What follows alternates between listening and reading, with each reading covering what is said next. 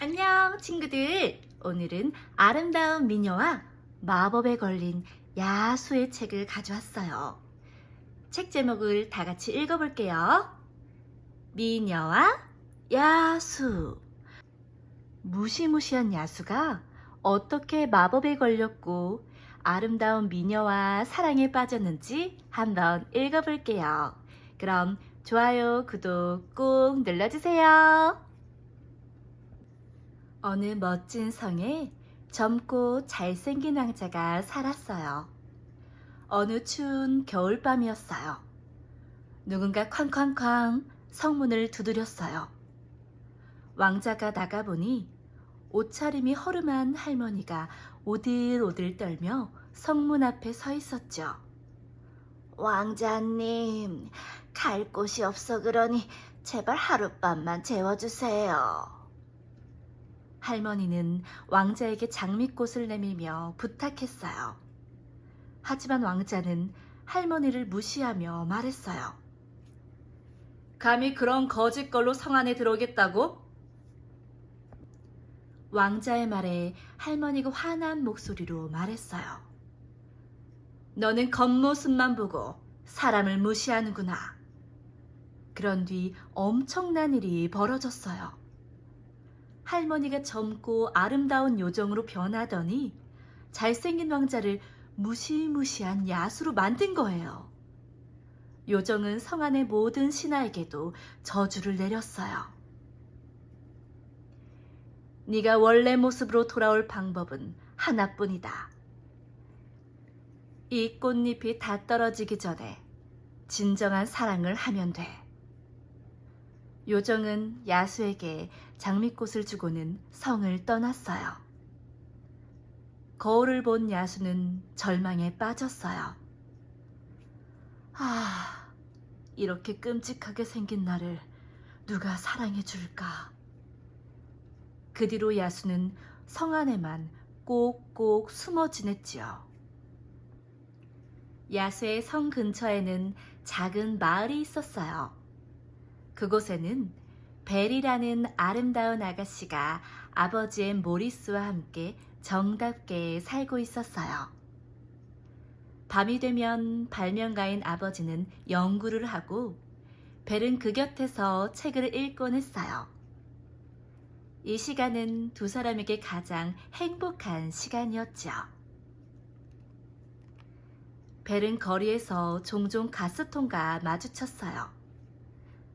가스통은 자신이 가장 잘생기고 용감하다고 생각하는 사람이었어요. 벨, 당신처럼 예쁜 여자는 잘생긴 나와 결혼해야 돼. 가스통은 벨을 볼 때마다 결혼하자고 졸랐어요. 하지만 벨은 예의 없고 거만한 가스통이 마음에 들지 않았어요. 그러던 어느 날 모리스는 볼 일이 있어서 먼 도시로 떠났어요. 그런데 짙은 안개 때문에 숲속에서 길을 잃고 말았죠. 나무 사이로 휑 찬바람이 불었어요. 그리고 갑자기 늑대 울음소리가 들려왔죠. 그러자 말이 놀라서 날뛰는 바람에 모리스는 땅에 떨어졌어요.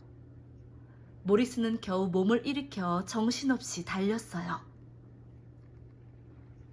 한참을 달리던 모리스는 성을 발견하고 무턱대고 안으로 들어갔어요. 제발 살려주세요. 제발! 모리스의 다급한 목소리에 촛대와 주전자, 시계가 다가왔어요. 모두 요정의 저주에 걸린 야수의 신하들이었지요. 어머나, 이게 얼마 만에 찾아온 손님이야? 야수의 신하들은 모리스를 반갑게 맞아주었어요. 그러나 야수는 모리스를 지하 감옥에 가둬버렸어요. 다음날 모리스의 말이 집에 도착했어요.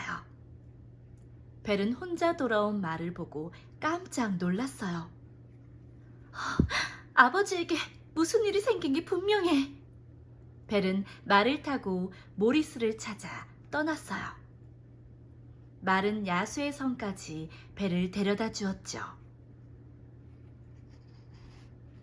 성 안을 뒤지던 벨은 지하 감옥에 갇힌 모리스를 발견했어요. 아버지, 이게 어떻게 된 거예요? 그때 갑자기 야수가 나타났어요. 내 성에는 무슨 일로 온 거냐? 제발 아버지를 풀어주세요. 대신 제가 여기 남을게요. 그래, 나야 누가 남든 상관없지. 아름다운 벨에게 마음을 뺏긴 야수는 모리스를 풀어주었어요. 벨은 야수가 무서웠지만 아버지를 위해 성에 남았어요. 이제 이 성을 당신의 집이라 생각하시오. 단 서쪽 탑에는 절대 가지 마시오. 야수가 벨에게 잔뜩 굳은 표정으로 말했어요. 네, 알겠어요. 왜 서쪽 탑에는 가지 말라고 한 걸까? 벨은 궁금한 마음을 이기지 못하고 서쪽 탑에 가보았어요.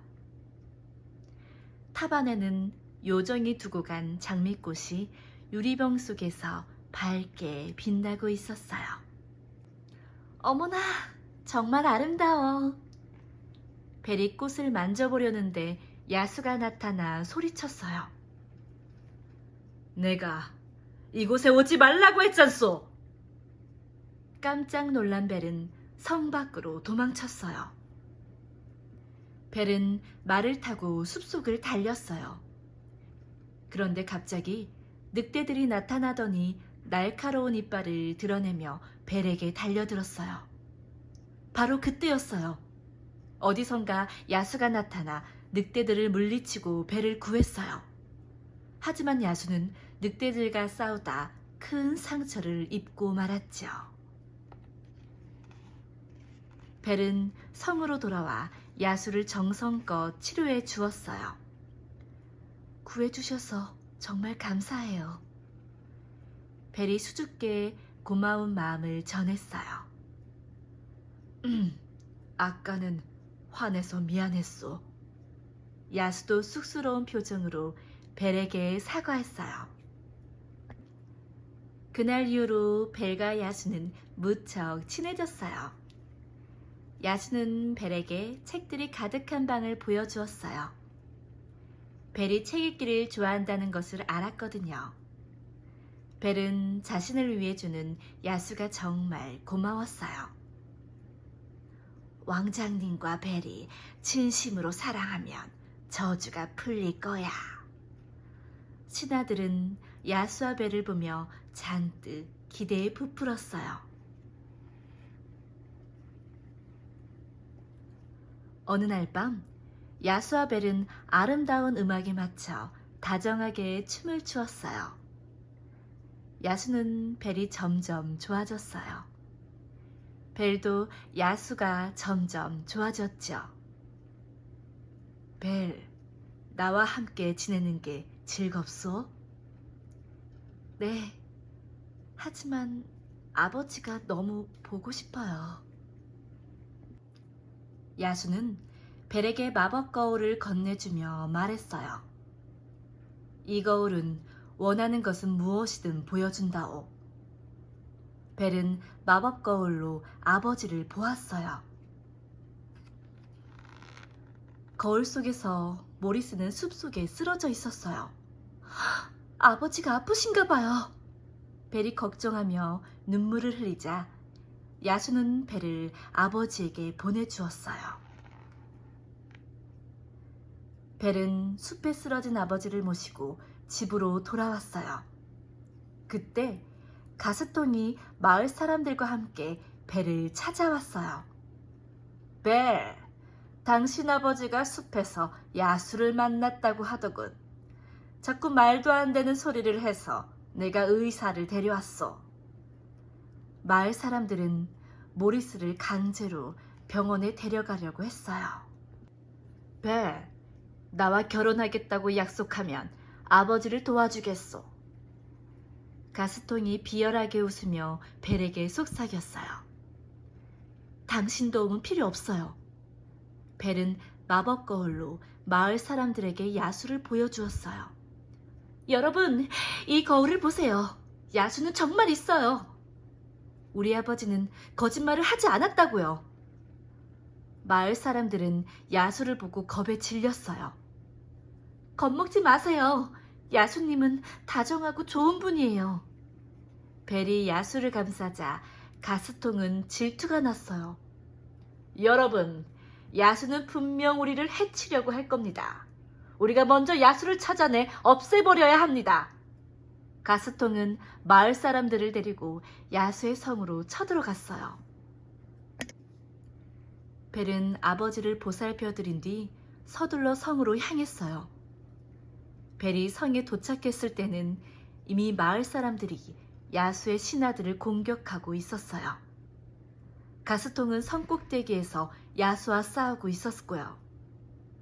아! 가스통이 야수의 등에 칼을 꽂았어요. 그러고는 발을 헛디뎌 아래로 떨어져 버렸어요. 칼에 찔린 야수는 힘없이 쓰러졌어요. 벨, 나에게 돌아왔군요.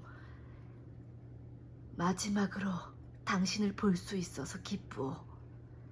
야수는 겨우 마지막 인사를 하더니 정신을 잃고 말았어요. 안 돼.